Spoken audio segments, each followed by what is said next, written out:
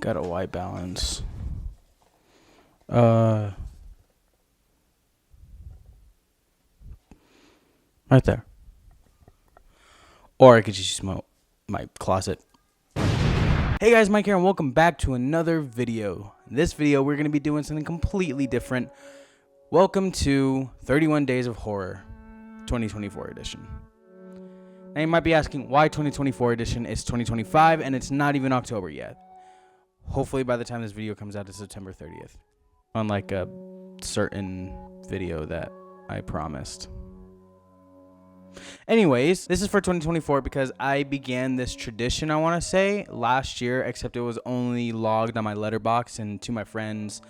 So I'm doing it again this year, and I decided to make 2025 a video, but then I was like, oh, I already did it. So now we're going to get my 31 Days of Horror for 2024. So what does this mean? What this means is I would watch one horror movie a day in October. It was nice because it was some movies that I haven't seen in a while, some I saw recently, and some I've never seen before. It was kind of a way to put me into the horror genre more, because horror is my favorite type of genre in movies.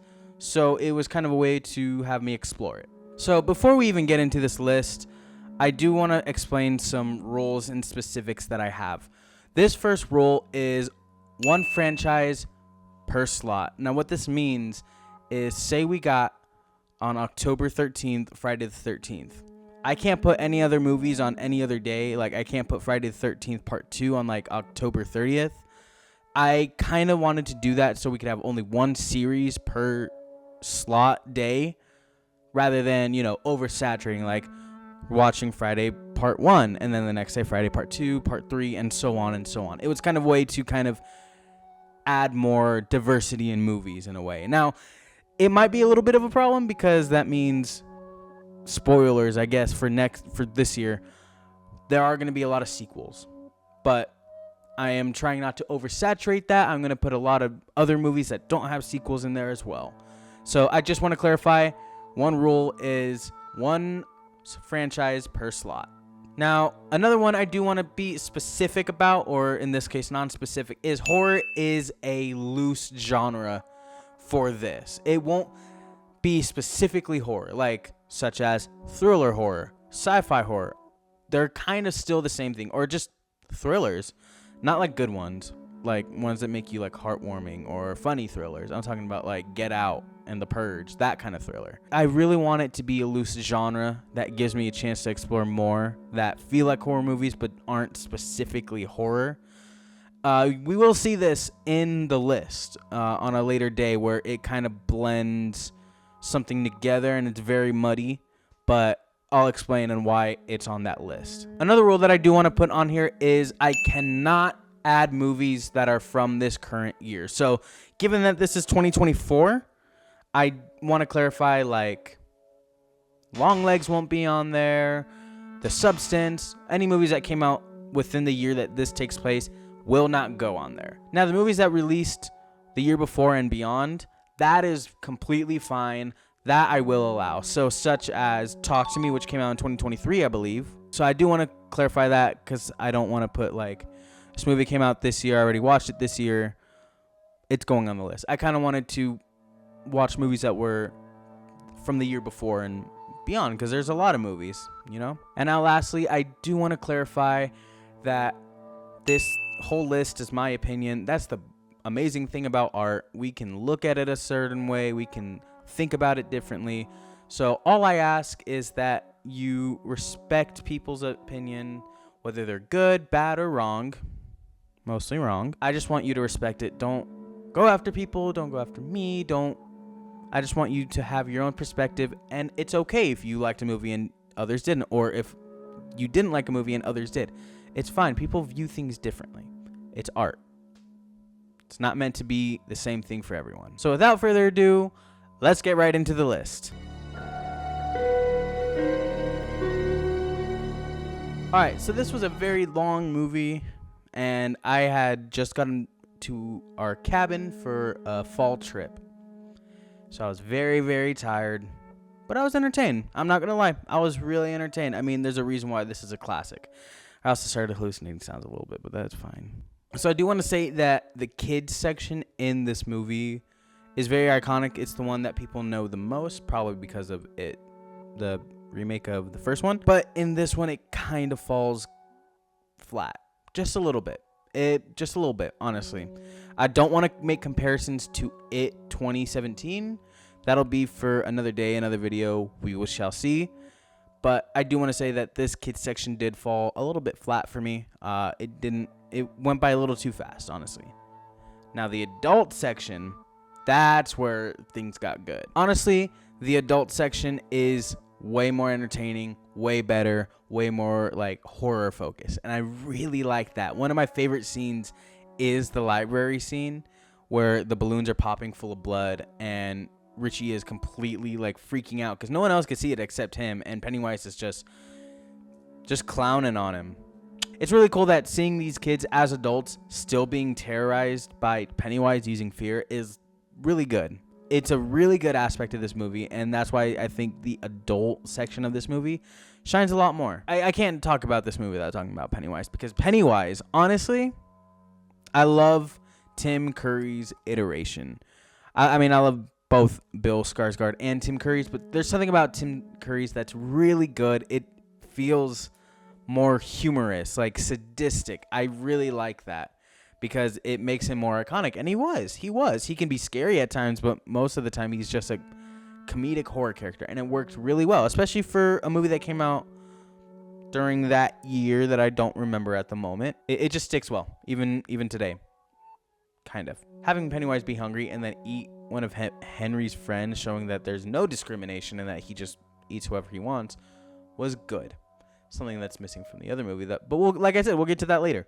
But seeing that, oh yeah, no one is safe. Henry's like an antagonist, but him and his friends aren't safe from that. I really like that. I really like how it shows how evil Pennywise is, that he doesn't have a side except his own. The ending was honestly really, really good. I loved how they banded together. I love how Bill got his wife back using his old bike. It was a good ending, and I gotta say, I really did like it.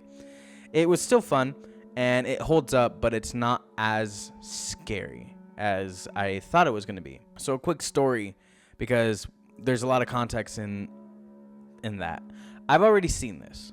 I've seen this movie before, because when I was younger and when the new It was coming out, my mom wanted to watch the original one and be like, hey, this is really scary. This is what scared me as a kid. We're going to watch it before we watch the new one. So we did. And it was not scary, and even my mom was like, oh, that's not scary at all. It was really funny because she was hyping it up to be scary, and then she's like, oh, no, it's not. Never mind. And then we watched the movie and we got scared. The new one. And it was a good memory, honestly. Overall, on rewatch for this list, I give it a 3.5 star rating.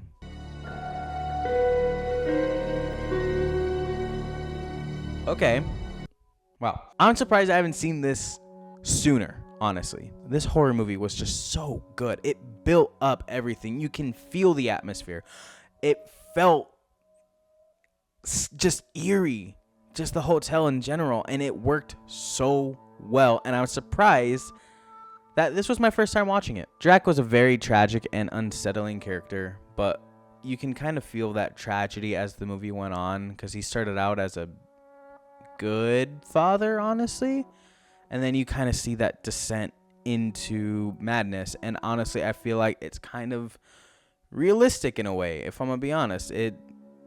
Things happen, people change, and sometimes people change for the worse. So it can be used as an allegory. It can be used as a realistic kind of personality change that people do have. But yeah, when you really look at it like that, Jack is kind of a tragic character. And honestly, I just want to say, poor Shelley Duvall. I mean, if you know the production that went on during The Shining, it wasn't really the best for her. But she gave an amazing, amazing performance. And I loved it. She sold everything well, given what she was going through. And honestly, may she rest in peace. Now, I got really sad when Halloran died in the movie because I really liked his character. He was an MVP, honestly. And then Jack killed him, and I actually sat up and screamed no because I thought he was going to live. Because like I said, never seen this movie before. I only know Dr. Sleep exists and the iconic line. You know the one. Here's Johnny. Now, there is a problem that I do. There's two, actually, that I have with this movie. One of them is one I also have a problem with during it. I just didn't say it. Was they use a slur. I didn't like it. I get it. It shows like how horrible people can be. But I just didn't like it. Plus, I mean, I get it. It fits the time period, but it caught me off guard. Didn't like it. Ugh. And another thing was I did have a little bit of an ambiguity problem at the end of it when it showed Jack's face in the portrait. I get it. Like, it's showing that his soul is back, but it kind of like, it's a little bit too ambiguous for me. I like ambiguity, but it felt a little too ambiguous. Does it mean that he was reincarnated, or did it mean that he kept on living, like it kept going like a cycle, but he still had the same face? It kind of confused me like that. But yeah, it was having the exact same actor. I could see where it's coming from, but it kind of was a little bit too ambiguous when I first watched it. Overall, it is a very good movie, a very good staple in the horror franchise. And honestly, I'm happy to experience it at 20 years old back then. So 4.5 stars.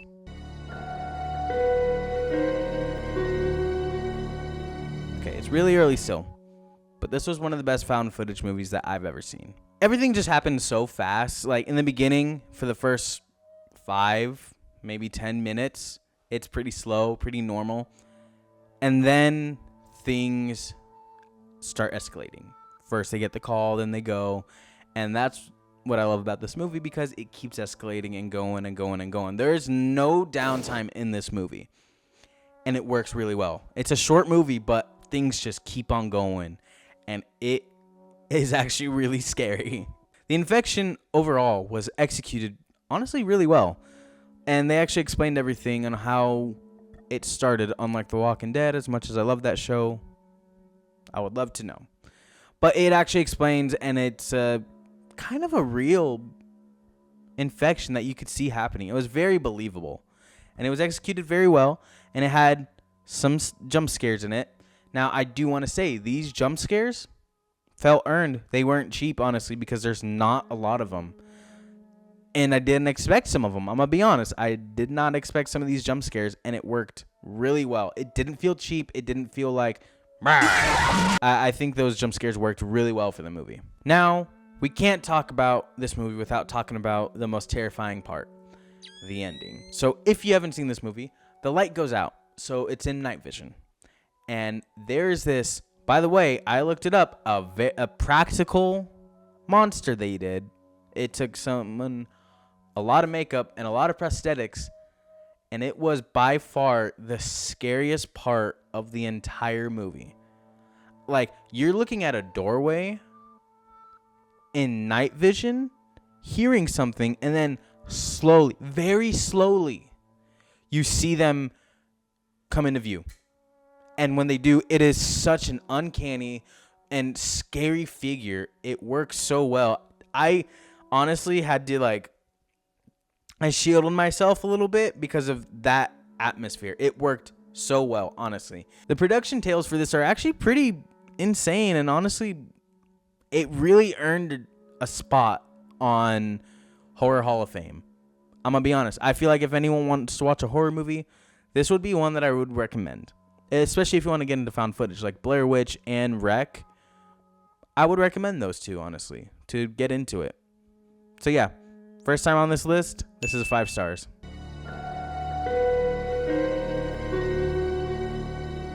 So I've always heard about the series, and I heard how good it was, so I put it on the list, and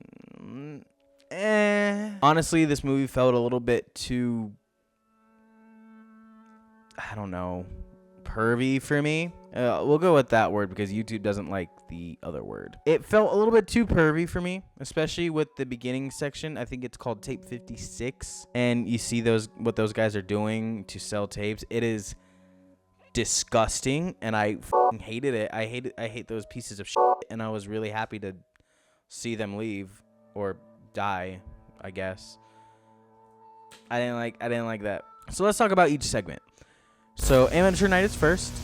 I know a lot of people like it, but I kind of didn't. Like I said, it was a little bit too pervy, especially right before things happen. It got a little like it felt like I shouldn't be watching this, but not in the horror, oh, I shouldn't be watching this because I'm scared way, in a way like, oh, this is like unsettling, which I guess it makes sense. That's what horror does. But I didn't like how weird one of the friends got when another person was asleep.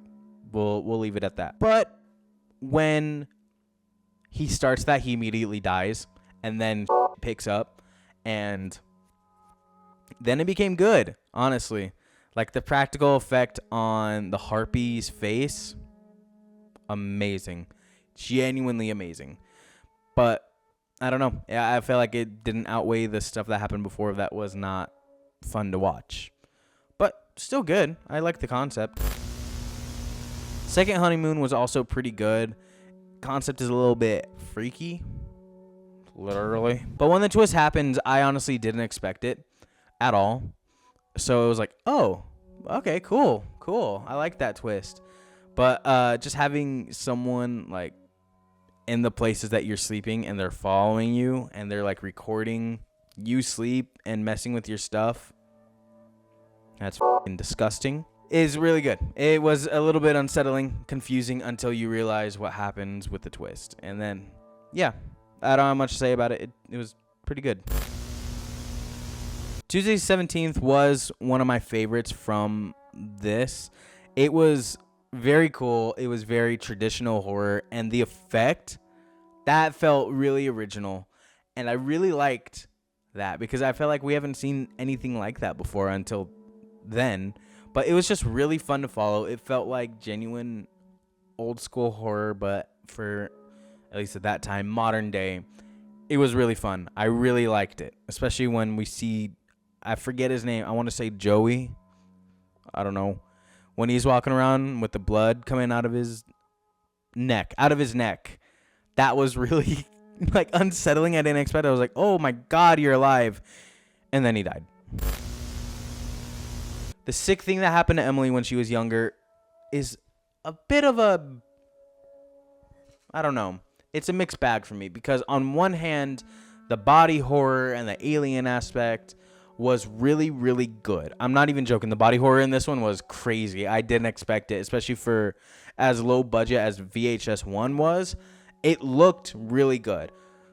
Almost as good as a movie that I'm going to be talking about later, but it worked really well. And I really like the Paranormal Kids. That got me. I was like, ugh.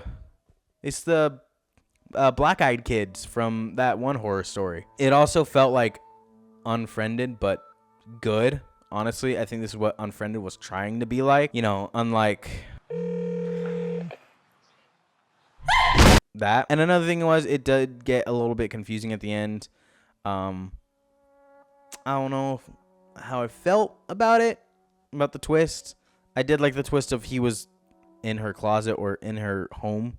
I did like that, but everything else just felt a little weird, honestly. But I can't knock it too much with everything else that went on. This is the one where the good actually outweighs the bad.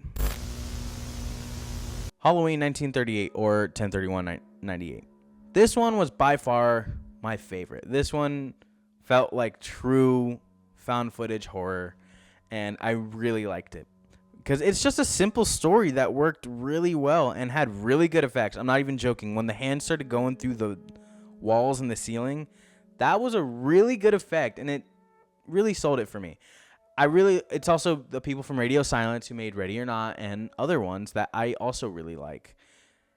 It was really good. I liked these characters. I'm going to be honest. It took us to the end of the movie, but I really liked these characters. And when they discover the girl getting sacrificed by the cult, or what we think is a bad thing, they just immediately go to help. They're like, no questions. We're going to get you out because it looks like you don't want to be here. And then they die for it, which honestly is really sad. I'm going to be honest. The ending really made me sad because they just tried to be good people.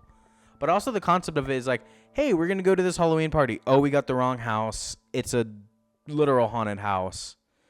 And I like that idea. There's also another ending where they actually do survive, and I prefer that ending more. Probably just because I like the characters so much. I didn't want to see them die, and I prefer that joke ending. But still, one of my favorites. And this was a definite highlight in this movie. And then we get to the main tape, tape 56. The zombie was cool. I like that he like disappeared and the main character didn't notice, but like I said, those characters were such pieces of shit that I didn't care that they died. I was kind of glad they died. I was like, okay, cool, you guys are gone. So yeah, overall, I'm gonna give this movie 3 stars.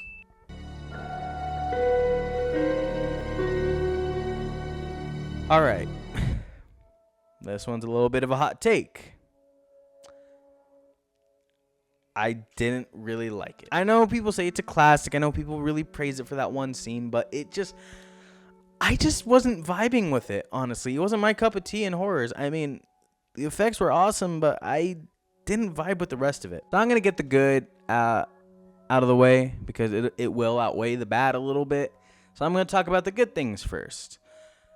The beginning and the end. So in the beginning, it is really good. Everyone knows this scene. If you think you don't, you do, because this is the scene that has the heads exploding, or one head. Yeah, the head exploding. This one.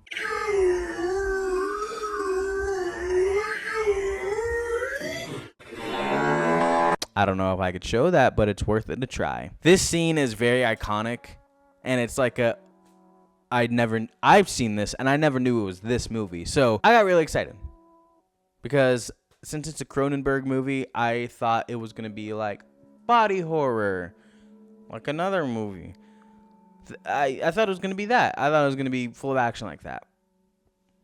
No. The ending was also awesome because, you know, the main character and the antagonist having a scan off, which honestly, that makes sense that it's called that. I'm going to call it that. Was good. I loved the body horror in that. My God, did it look painful. And it looked so good. Cronenberg does body horror well. And honestly, if there was more kind of scenes like this, I would have liked it a lot more. And I didn't expect the twist at the end where the main character's body dies, but he swapped his mind. It's a good twist because you don't see how it ends. You just see his body and you're like, "Oh, he's dead." And then he's like, "Hey, it's me. I think his name was David. I think so." He's like, "It's me. It worked. He's dead." But the effects looked amazing. I really liked that fight. It really like kind of made this movie a little worth it. Because I'm gonna be honest. I didn't really like the story. This is where my hot take comes a little bit. I thought it was pretty boring. And I feel bad for the actor because I don't know if it was his first time acting or if it was the script he was given. Although that one I'm kind of unsure because Cronenberg. Or I don't know. Either way, his character felt really flat. His acting also kind of felt really flat. And I'm really, really sorry to that actor. It just didn't really work for me. And I kind of feel bad. But at the same time, I just couldn't really like connect with the character. I couldn't really like be engaged because like I said, the character kind of felt a little bit boring, which is really mean to say, but that is the best as to how I can describe it. So yeah, this is a really hot take, and I'm really, really sorry if you like this movie. I'm not gonna attack you. I'm not gonna tell you you're wrong. I just didn't really like it that much, so I gave it 1.5 stars.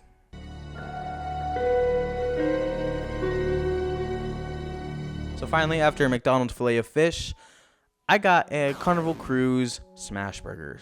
By the way, if you know, you know. Those are like one of the best burgers I've ever had before. I don't even know if they sell it. This was like 8 years ago. So Jurassic Park is my best friend's favorite movie. He always talks about this movie. He even says that when it rains super hard and very windy, he calls it Jurassic Park rain. And honestly, after seeing this, accurate. Another thing that he also would get on me for, thank you, was that I had never seen this movie before until this list. And honestly, he was right. Yeah, I was kind of like 50-50. I was like, I don't know if it's really horror that much, but when I watched it, it became very clear. Oh, yep, yeah, it definitely has horror elements in it. It's more sci-fi horror. And honestly, I see why he likes this movie. This movie is really good. I didn't like dinosaurs aren't really a thing that I'm into, but this one, I like them. I like dinosaurs after this. And now I feel like I need either a 4K or a VHS physical media copy of Jurassic Park. So yeah, I want to give a big thanks to my friend for that suggestion. And yeah, 5 stars.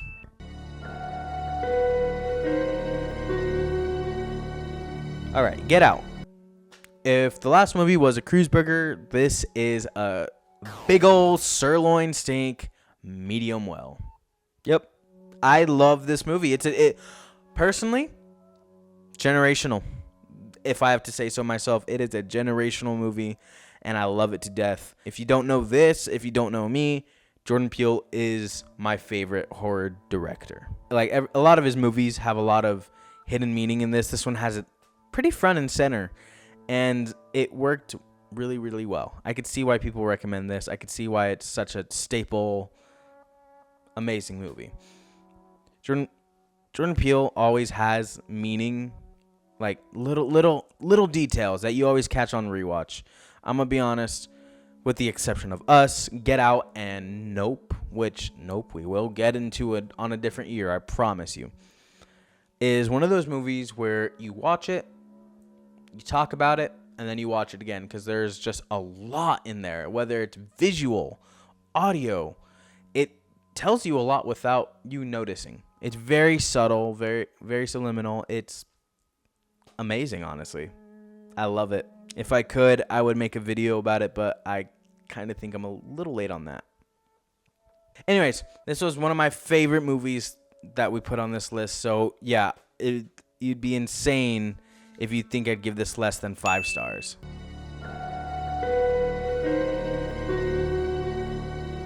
Yeah, Nightmare on Elm Street.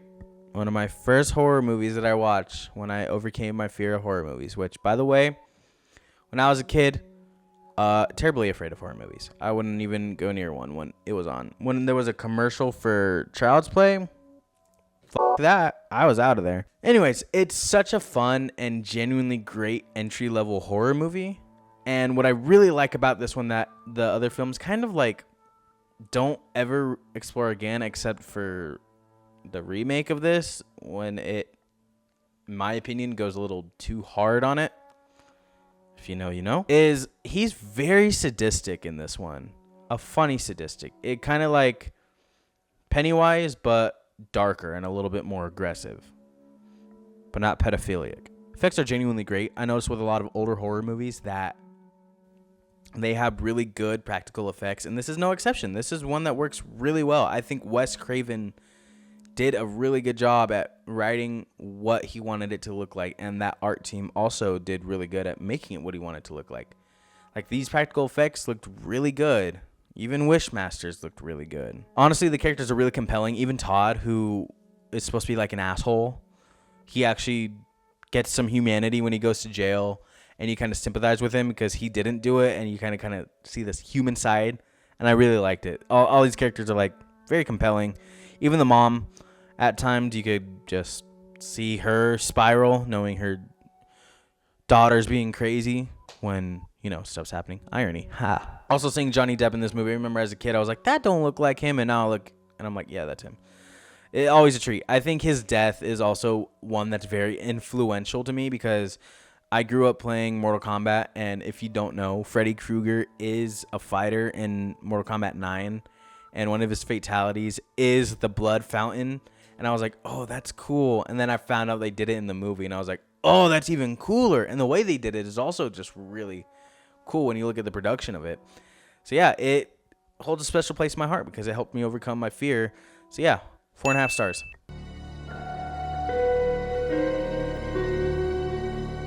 All right, honestly, I gotta say something that almost no one will get except my friends, is that Henry looks a lot like my friend Nick. Nick, if you're watching this, I know I keep saying this a lot. I just wanted to put that out there for one last time. Gone. But it's also kind of true, though. I'm sorry I bring that up every time David Lynch or Eraserhead is mentioned, but it's uncanny. Now, this movie feels like an absolute fever dream in the best way. It's so liminal, like not like that oversaturated backrooms term, like actually liminal. It feels like, I don't know. That's like the best way I can describe it. But it's so fever dreamish, and I really like it because if you look at it from a different perspective of parenthood and being scared of being scared of parenthood, it's really good. I mean, I can't really say much about the Radiator Girl. I don't know what that's all about, but that's also just David Lynch's style. I'm gonna be honest. I saw that monkey movie he did. Me and my friends just watched that a while ago, and we laughed so hard. But yeah, some of it worked for me. Some of it kind of didn't. I do have to say the ending scene when he cuts open the rag, that one was kind of freaked me out a little bit, especially when you see what the child looks like. Whew. Yeah. Yeah, some of it worked for me. Some of it didn't. So I give it 3 stars.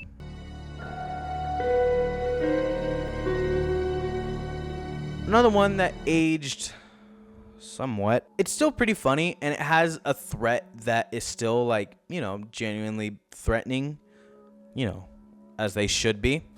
But it's also just pretty good. There are sometimes I did laugh, sometimes that I didn't.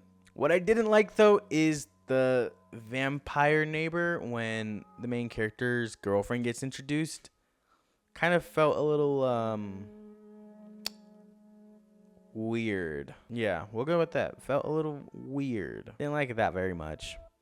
But there's some genuine heart in this movie, and the practical face effects that they have on the vampire looks really good. Like, there's something so good about 80s monster face effects that I really like. They're just good. I kind of missed when we would get those, but so yeah, 4 stars.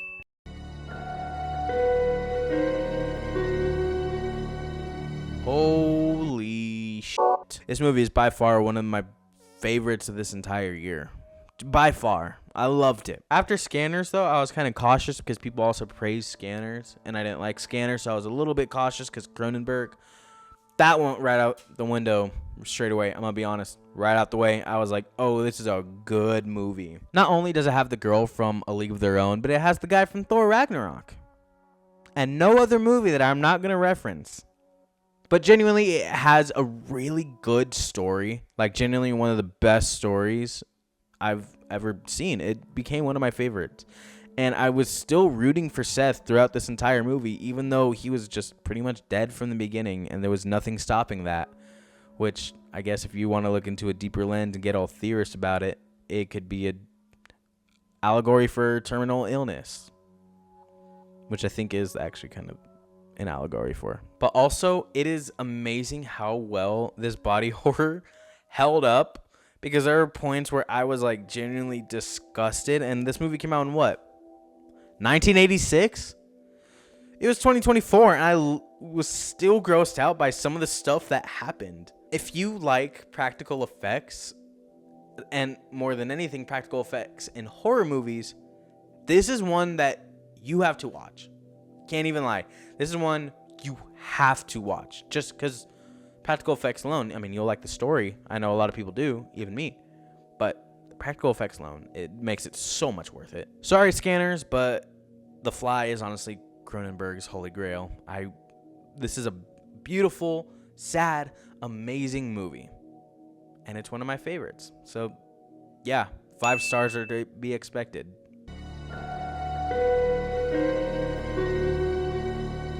Okay, so I didn't expect this movie to go the way it did, which is probably the most common answer. When the trailer came out, I was like a little kid, and I'm not even joking, this is its name. When the Tooth Fairy, I mean, makes sense. When the Tooth Fairy turned around in that trailer, I was so scared. I was like, I don't want to go in an elevator anymore. As a kid. I mean, elevators scared me as a kid, but that's just me. But yeah, seeing the Tooth Fairy as a kid, like a little kid in elementary school, that was enough for me. And it was in the trailer. I was like, I don't want to watch this movie ever. Well, I did. I always knew that there was going to be like a twist in this movie because everyone talks about, oh, the twist is kind of cool. It's kind of like none other. I was like, oh, okay, cool. But it still caught me off guard. I was like, oh, this is good. It's not traditional at all. It's making fun of traditionals while still making an original story. Now, what I didn't expect this was, oh, look, it's the dude from Thor Ragnarok. Twice in 2 days, huh? Anyways, I love how subtle the character changes are because of the gas that they have. I really like how subtle it is. Point in case is in the beginning when Chris Hemsworth's character looks at a book and it's like, hey, oh, you're taking this class? Like a very like advanced learning knowledge class, very clearly. And he's like, oh, no, don't read this one. Read this one. It's way better. It explains more. It shows that he's not dumb. Like the gas was making him to be. Like the gas was making him to be that dumb jock. But clearly in the very beginning, you see him as a pretty smart person. I really like that subtleness that they have in this movie. It's really cool. Something that I was told about. And then I saw it, and I was like, oh, okay, they're being subtle with it. It is really funny how he died, though. It's also funny how weed makes you immune to effects. Yeah, that's why some of the government wants to outlaw it. Either way, this horror movie is very unique. It changes traditional horror movies, honestly, especially for the time it came out in. So, yeah, I give it 3.5 stars.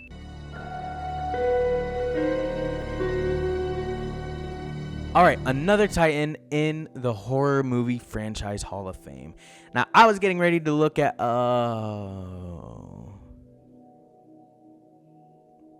all right, I'm not even going to fret.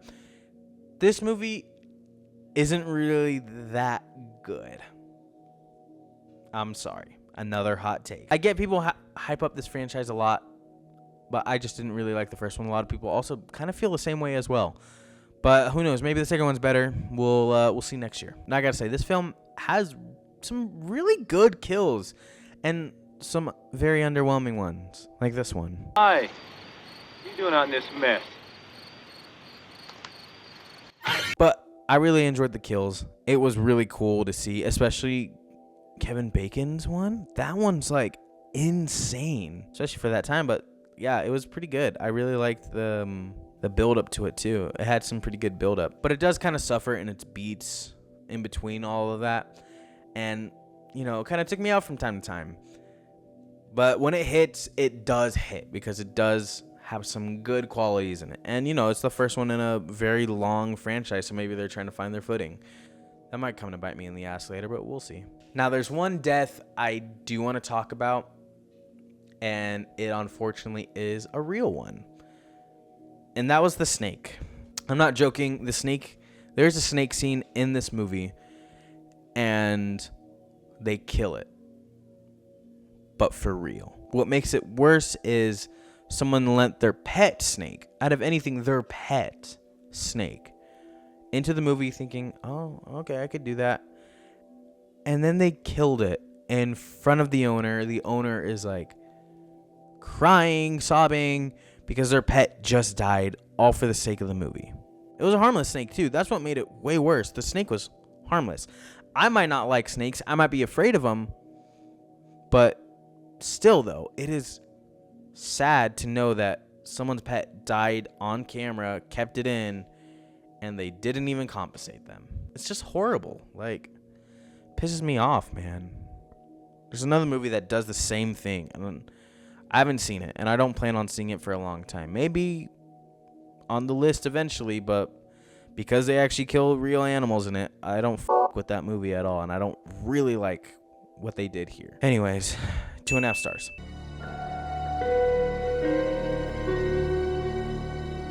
All right. I'm going to say something, and it might be weird to a lot of you. I know it's weird to my best friend who recommended me Jurassic Park, but hey, this is me. Saw is one of my favorite horror series and my comfort horror series. Okay, hold on. Let me explain. It's honestly more of a soap opera. When you look at it, the full picture, it's more of a soap opera horror movie, and it's pretty funny. And only people know it for the traps, which they are a big plot, but there's also like an underlying story that's going for the past 10 movies There is a story. It is very soap opera-y. It has a cop plot. It's good. I really liked it. But we're not here to talk about the series as a whole. We're here to talk about the first one. I mean, this one's iconic. Nothing beats this one for me, except maybe Saw X. Okay, that's enough of the other ones. Now, this movie is very tame and not very trap-esque, which I like. A lot of people, like, if people hear Saw and they get freaked out, like, oh, it's going to be like Saw 3D, where it's just traps, no story. No. I implore people to just watch this one, at least. Only this one, because they do still have painful-looking traps, but they're really, really tame, honestly, especially compared to the rest of the series. But it also has a really good story in this one specifically, because this one has Gordon and Adam in the bathroom trap, which is honestly really good. I really like the storytelling in this. Even the cop plot in this was amazing. Some might not be better in the future, but this one beats it, and I like it. I don't like how it gets a bad rep, because it's a lot like Saw 7, where there's gory traps for no reason. And to that, I say you're like 10% right. But overall, nothing beats this first movie with the storytelling, acting. It's amazing. So yeah, 4.5 stars.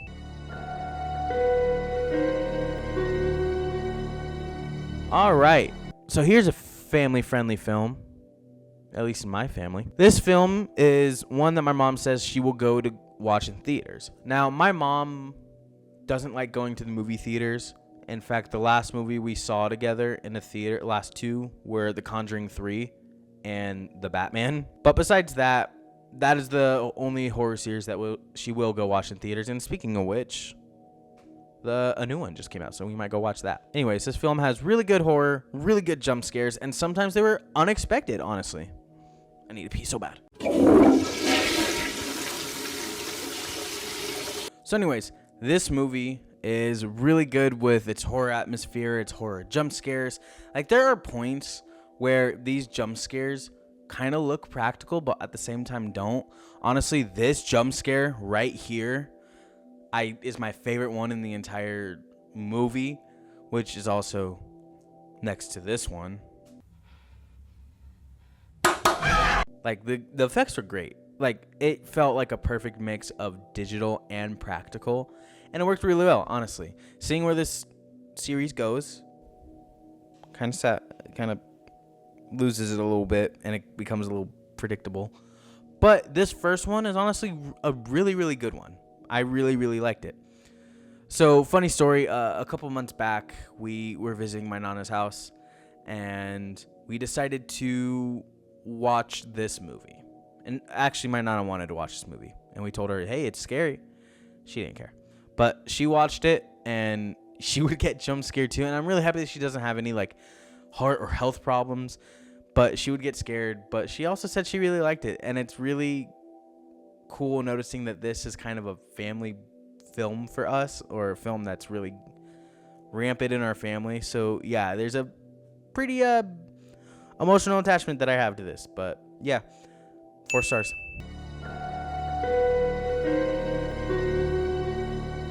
Man, I was so scared to watch this movie again and even put it on the list, because when I first watched it, I watched it in theaters, and it was honestly one of the most terrifying experiences I've ever had in terms of horror movies.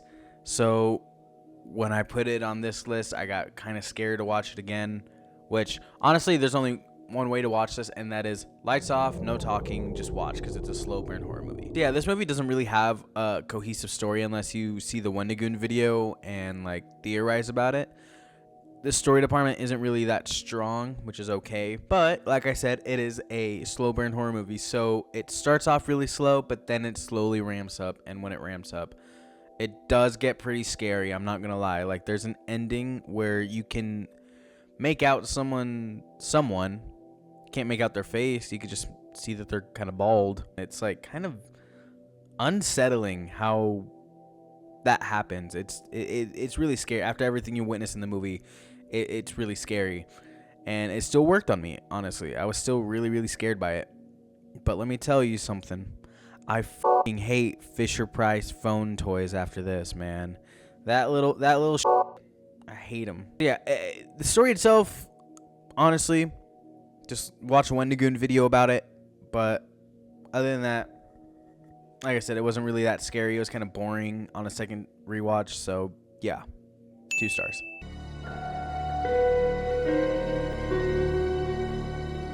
So this movie is honestly kind of an enigma. It's very well known, but it's also underrated, honestly. There's no other way to really describe that, if I'm gonna be honest.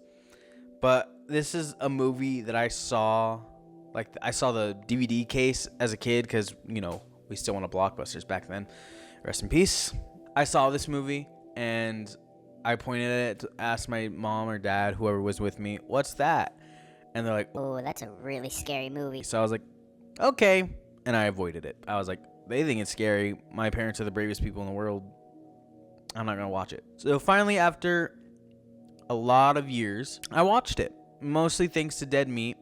But I watched it and I had a lot of fun with this movie. This movie is really good. And I get what my parents meant by, ooh, this is really scary, because the jump scares and the atmosphere are good. The jump scares are very subtle. Very subtle. Like, there is a point where it's like a blink and you miss it kind of jump scare. And it worked really well. And I really like it. Honestly, like I said, this movie is both well known but very underrated. The marriage spot was also good, and oh look, it's the girl from The Incredible Hulk. Wow. But yeah, honestly, it's very iconic. The killers are very iconic, and there is such a scary line in here that honestly still sticks with me. And if you watch the movie, you know, but there's a line that says, "Why are you doing this?" And what they say is probably so simple, but so effective. I'm gonna be honest. In my opinion, this is a really, really good horror movie, and I feel like more people should watch it. So yeah, 4.5 stars.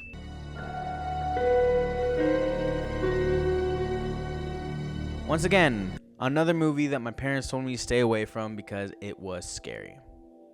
And they were right. Again, parents are always right, except when they're not. Even on rewatch, it still has its moments where it still scared me, even though I already watched this movie before. There are some parts that still get to me, honestly. Also, huge spoilers, but the activity in this movie, pretty paranormal if you ask me. Anyways, this movie relies heavily on atmosphere, something that it did really, really well. And it's just a really good aesthetic. It's one that is pretty, I want to say it starts off subtle, but it really doesn't. But I do like the fact that it does keep ramping up every night. That is something that I did really like. And another thing that is also really scary is you never see the demon. That is its greatest strength, that you never see the demon ever. Now, what scares me the most about this movie isn't the door acting up like a 5-year-old toddler on sugar, or the fact that the Ouija board started moving by itself and then drank a McDonald's Sprite. No, it was the stuff that happened during the daytime. I'm talking about, we hear growling and then it smashes a picture while it's very clearly daytime. Like, it broke the unwritten rule of monsters come out at night. And it was scary, dude. Like, hearing the footsteps, hearing the growling, and then seeing or hearing first something hit, and then you see that there's a picture shattered. And then, once again, this is also taking place during the daytime. Unwritten rule, broken, is when they go into the attic and see that right above the bedroom, right above where she sleeps, is an old photo from the house that burned down showing that it's been following her. That was scary enough for me. That honestly, like, I know it's a found footage movie. It's supposed to feel real, but that honestly felt like the most real to me. And it was really scary. I'm going to be honest. It was really effective because, like I said, it breaks the unwritten rule of monsters only come out at night by having this stuff happen in the daytime. That's how bad it got. And obviously the ending scene is really good. It is a little cheesy where she just crawls out to the camera all fast and all that. It's cheesy, but it worked. That movie is still pretty scary, especially the first one. It's really good. It's still pretty scary to me, and I really hope you guys can watch it. So yeah, very effective. 4 stars.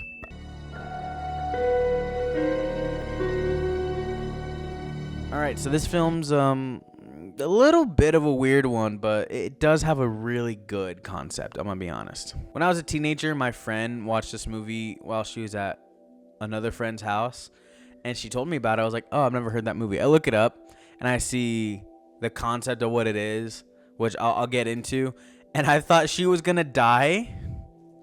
That's how much that concept stuck with me. I didn't know it was fake. I was like, dude, you're gonna die. Stop watching it. Stop. I'm so scared. I don't want you to die. She didn't.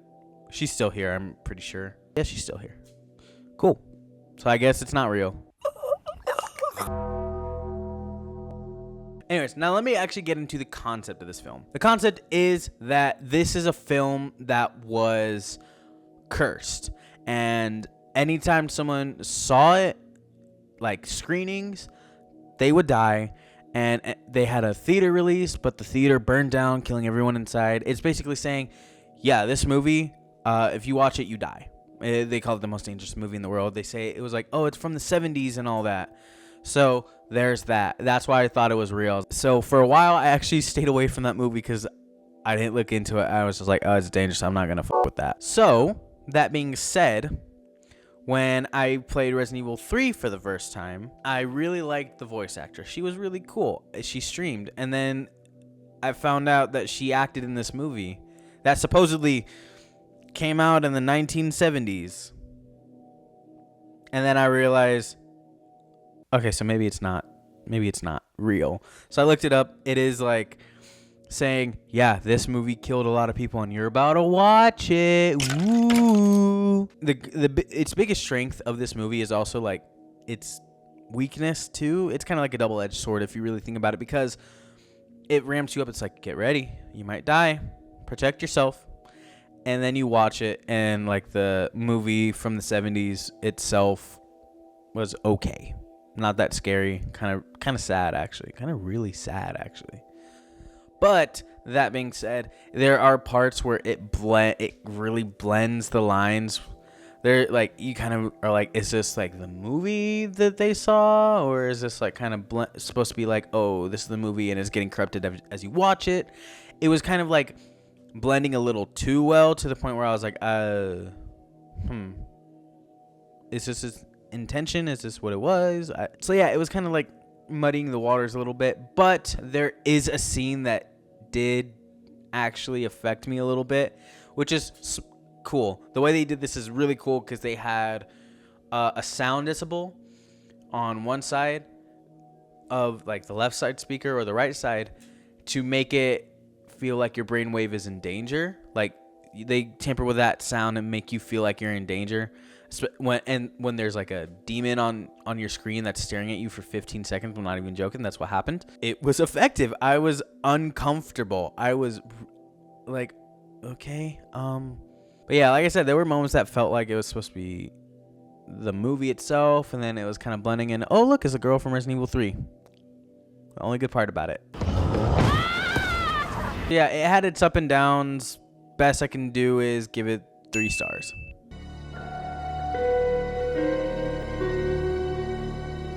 Alright, so everyone knows this movie. It's a household name and known for other things. Anyways, there's a reason why this is so iconic, and it's because it's the first horror movie to ever be like this meta and be really popular. I mean, this is the same director who made Nightmare on Elm Street and Wishmaster. We'll get to Wishmaster one day, I promise. But I really like how it uses media, its horror movie tropes to go against the plot. Like the part where Randy is saying it's right behind you is a really iconic part, a really cool part, honestly. I love that because it's what we think we are. We're like, look behind you, look behind you. I don't like when things get too meta, but that worked really well. It still aged really well for a movie that came out in 1996, and I love this movie, and it's actually, oh look, it's the dude from Scooby-Doo. But yeah, amazing story and an iconic start to a very iconic series, so 4 stars.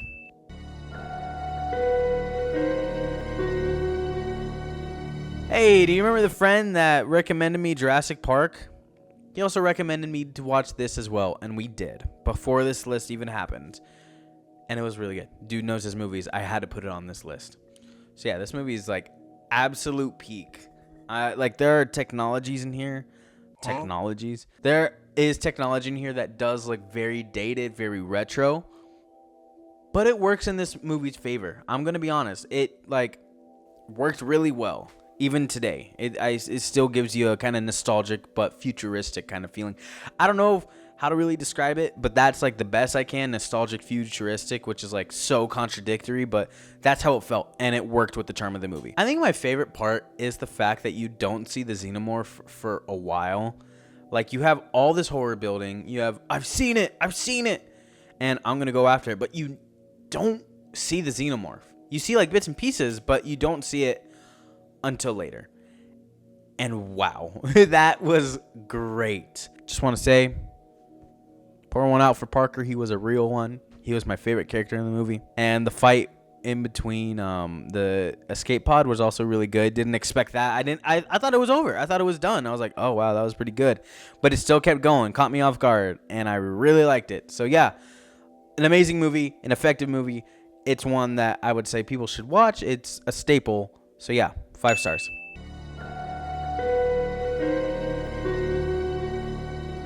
Okay, so this is the movie that I really made the rule for horror is a loose genre.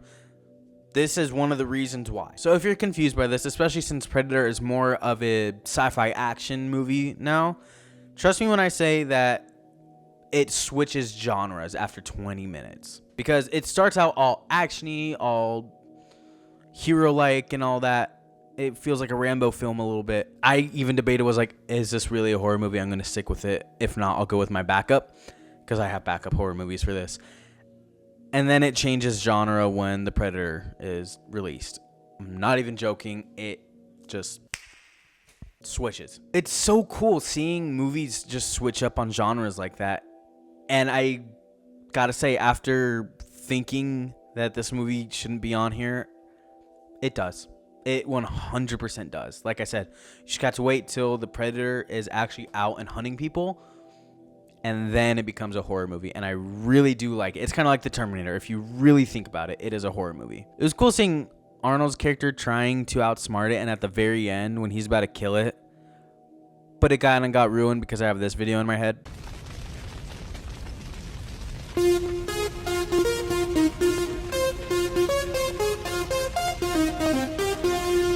Yeah, 3.5 stars.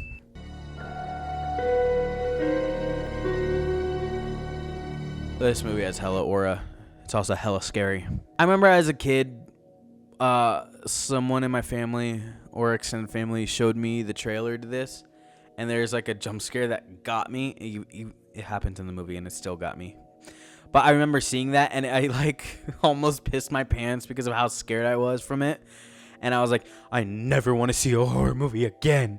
Well, hey, check out what you're doing right now, bro. The snuff films, because they are fake, but they do look real, are like the scariest part of this movie, because once again, it relies on atmosphere and how like subtle but not subtle it is, kind of a middle ground. But it is so disturbing that it works so well. This is a movie that has a story in it that like you don't really want to find out. Because, I mean, the story is he goes up to his attic, he finds a bunch of these films, whole movies, and they turn out to be snuff films of the previous owners. And normally we're just like, okay, we're going to put that away. I don't want to look at that. Oh, God. But also what works in its favor and why it works so well is because you see like the family just doing whatever, and then it just cuts, and it's the snuff part of it. I think the scariest one to me was the lawnmower one. That one scared me because it's a jump scare. And that's another thing that this movie does well, is the jump scares are actually genuinely terrifying and not expected. Like the one I saw in the trailer as a kid, I said, still got to me. Bye, man. It's really scary. It's also crazy that he's in Slipknot too. And another thing is too, the ending was so bleak. Like, it is such a bleak ending. Anyways, honestly, I feel like this movie should be generational. It is really good. It does something pretty different. So yeah, 4.5 stars.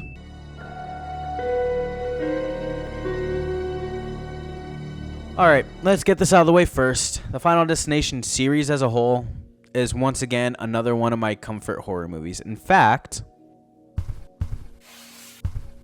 This is still one of my favorite horror movies that came out this year. You can't really see it, but it's Final Destination Bloodlines, and it's Steelbook. So yeah, Final Destination is a little bit of a horror comfort movie series to me. Kind of like Saw. Now let's talk about this first one because that's the one that is on this list. First, I want to say the characters. The characters are all good. I really like them. Like even Carter's character, because as Billy says throughout this entire film, Cardi, dick! Cardi, dick! and yeah, he kind of is. Anyways, this film, when I watched it at a young age, and probably shouldn't watch it, this film also reinforced my fear of flying that I had back then. I was so terrified, and this movie did not make it any better. But on the bright side, my fear of flying's gone. I'm not afraid to fly anymore. It doesn't terrify me. Even when I went on a trip and there was a lot of turbulence, I was chilling. The deaths are actually pretty tame in this movie. They're not as bloody, bloody's an understatement. They're not as gory. Let's go with that. But it's still pretty tame, and it's more story focused on it. And the story is really good in this one. The first movie was my favorite Final Destination until Bloodlines took over, and we will get to Bloodlines eventually one day. But yeah, it is still a really good one. I enjoyed it, even on rewatch.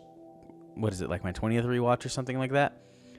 It still holds up. And I think people should at least watch the first one if they want to, or Bloodlines. But for now, I'm going to give the first one 4 stars.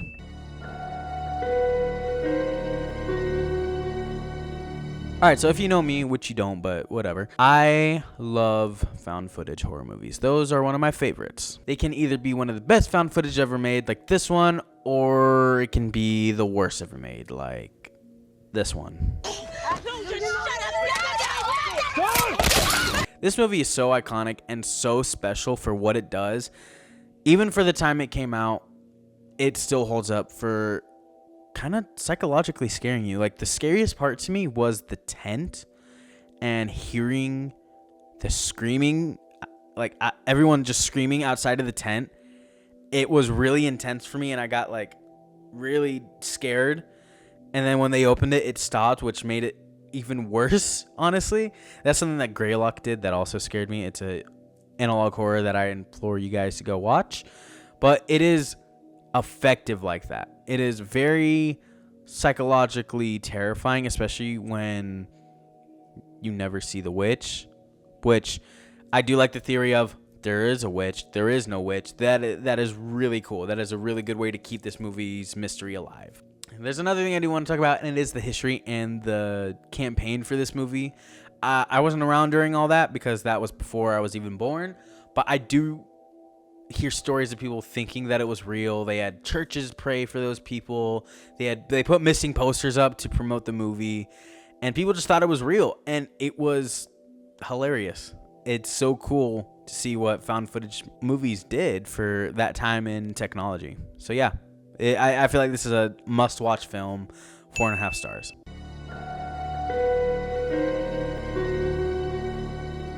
Jesus Christ, this was so dreary, so phenomenal to watch, and so dreamy, honestly. Like a dreamlike sequence.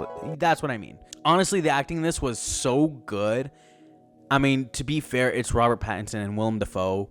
It was phenomenal. And I don't know if it has an award right now. I'll probably look up later. But that film deserves an award because it was just so good. So good. The story and atmosphere of it is really good when you look at it from a slowly losing your mind aspect from it. It works really well, and it's kind of tragic to see these people at the very beginning of this movie, very normal, and then at the end of it, see what they become. It's really sad, and what I really like about it is this is a psychological horror movie, which is one of my favorite types of horror movies. And what I love is that there's not really jump scares. It's more psychological tones to make you feel scared without being in your face about it, without scary face. More like, this is disturbing, and it's like ramping up. It's like hitting that deep part of you that feels nervous, feels scared. It is hitting that. And this movie does that really well. Whenever people bring up Robert Pattinson's acting, my mind immediately goes to this and the Batman. Dude is a really good actor, and he's come a long way since Twilight once he actually got good writing. So yeah, Robert Pattinson was like amazing in this movie. This is one of the first times I saw him outside of Twilight. I can't believe it took me that long. So yeah, 4 stars.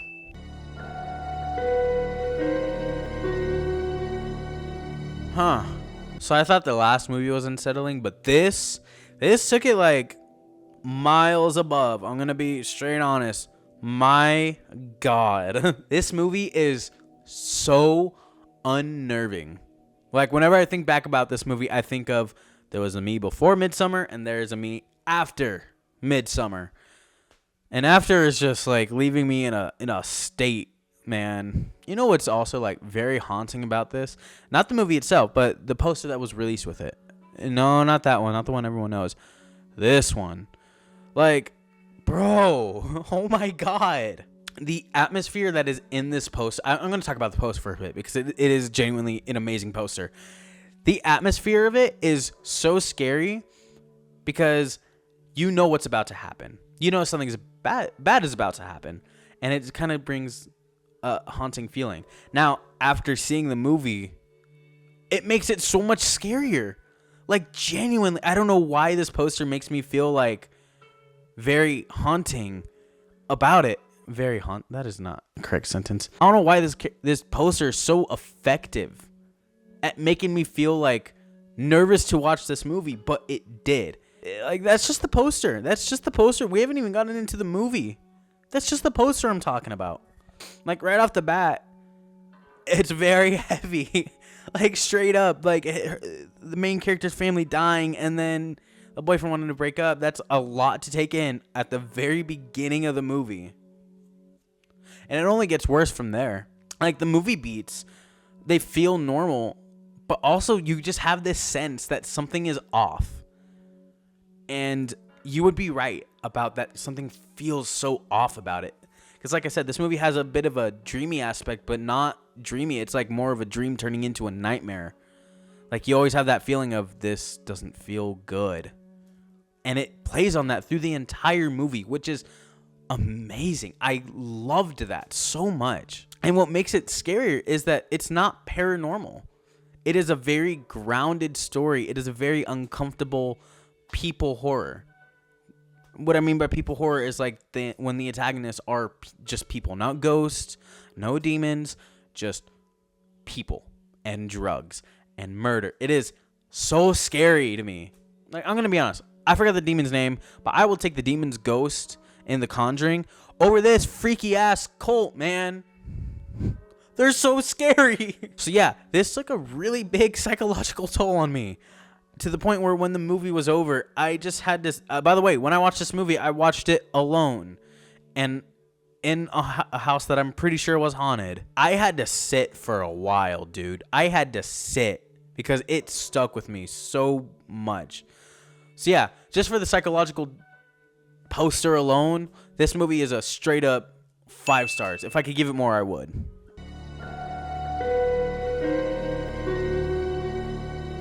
I have something to confess. When I was a kid, Chucky was the scariest thing to me. Yeah, that was my big childhood fear as a kid. Like, I would sleep with my door slightly open. So I was like, if Chucky gets in here, I can just run. I don't have to worry about the knob. I could just open the door and run. Like, what? So yeah, I had a really big fear of Chucky for a long time. And then I actually watched Child's Play and I was like, oh, this is awesome. Hold on. It's not scary. This is awesome. It was kind of scary, but it was still awesome. Yeah, I got brave and watched it, and I instantly fell in love with it, especially because it was the first Child's Play, which holds up really well. And I got a little bit story because my mom also loves Chucky, but she says this first one is the scariest one because of how he looks. And I kind of agree. He kind of looks very like uncanny. And I get where she's coming from. In the later movies, it's more animatronic work and more natural looking. But this one is like, ooh, something's weird about how he looks. And I do like that. But this movie is also just like straight up funny at times. Like the elevator scene. Ugly doll. Fuck you. And honestly, this scene is so funny to me. Or else I'm gonna throw you in the fire! You stupid bitch, you filthy slut! Did you fuck with me?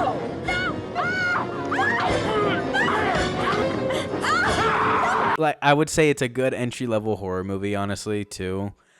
As a kid, I would be terrified by all this, but now I'm like, I want a Chucky doll on my shelf, and I want it to be the Stitch face one. That's my favorite Chucky look, but we'll get more into that later. But yeah, I really like how simple this movie is, and I really like Andy's actor, especially for a kid actor at the time. He was a really good one. So yeah, good movie, classic movie, 4 stars.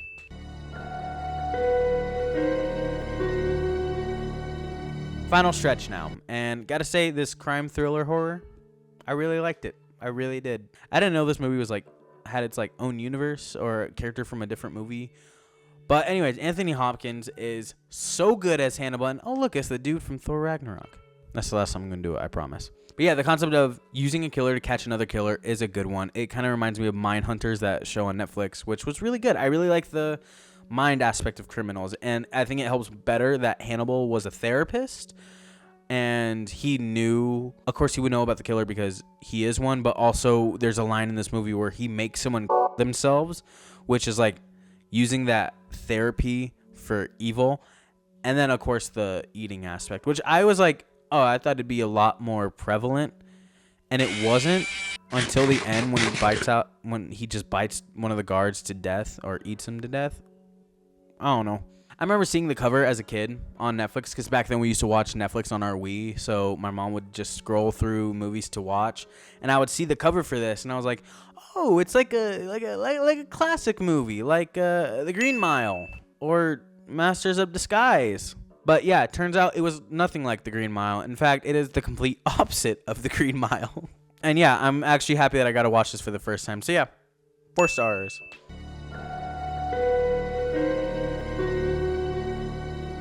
Yeah, it's a classic, a cult classic, if I'm gonna be honest, and the Halloween movie. It is very simplistic and not gory at all, and it is also one of the horror movies that got me over my fear, because it was just awesome as a kid. I really liked it. It is very simple. Well, okay, it's not simple, but it is very tame, and I do like that. There's this show on Netflix I watch called The Movies That Made Us, that deep dives into the background of all the Halloween movies, and, well, not all the Halloween movies, just a lot of famous movies that we know. Halloween was one of the episodes, and after hearing the background of it, it made me fall in love with the movie way more. This is a really good movie that I think everyone should watch. This movie is like also really effective with its one jump scare.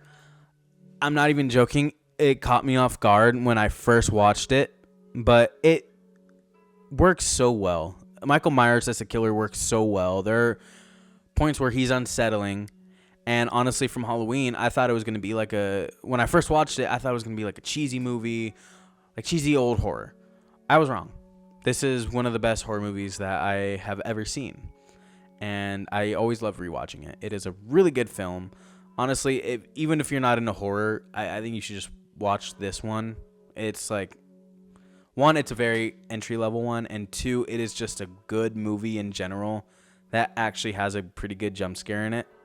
Also, if you're wondering why we're not watching it on the Halloween day, we'll get to that. And yeah, 4.5 stars. This is a cult classic movie. And finally, we made it to Halloween. Not the movie, the day, because this movie was Monster House, and let me tell you something. Monster House was my first horror movie. I watched it when I was 5, and I was terrified of the menu screen because